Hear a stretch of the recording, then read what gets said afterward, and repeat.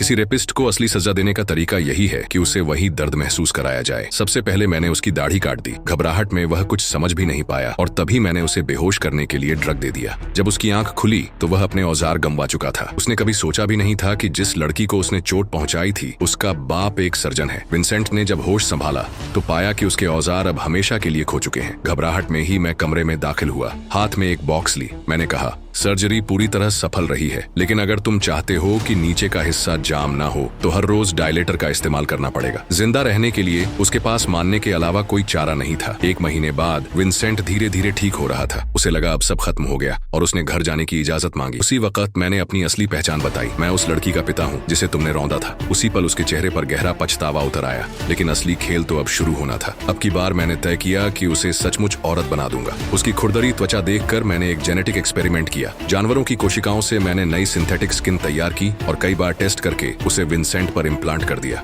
ये नई त्वचा न सिर्फ मुलायम और चमकदार थी, बल्कि 1000 डिग्री तापमान तक झुलसने से सुरक्षित रहती थी और उस पर मच्छर भी नहीं बैठते थे। इसके बाद मैंने उसे रोजाना टाइट कॉर्सेट पहनने पर मजबूर किया ताकि उसका शरीर धीरे धीरे औरत जैसी शक्ल लेने लगे। उसकी बेइज्जती की कोई हद नहीं रही। एक दिन जब मैं उसके कपड़े पहनाने में मदद कर रहा था तभी उसने अचानक मुझ पर हमला कर दिया। जेब से चाबी झटक कर भागने की कोशिश की, मगर उसे क्या पता था कि दरवाजा पहले से ही रिमोट कंट्रोल लॉक से बंद था। मैंने बटन दबाया और सारा खेल वहीं खत्म हो गया। निराशा में डूबा विंसेंट गले पर चाकू चला बैठा, लेकिन यह भूल गया कि मेरी सर्जरी की स्किल उतनी ही घातक है जितनी जान बचाने की काबिलियत। कुछ ही मिनटों में मैंने उसे मौत से खींचकर फिर जिंदा कर दिया।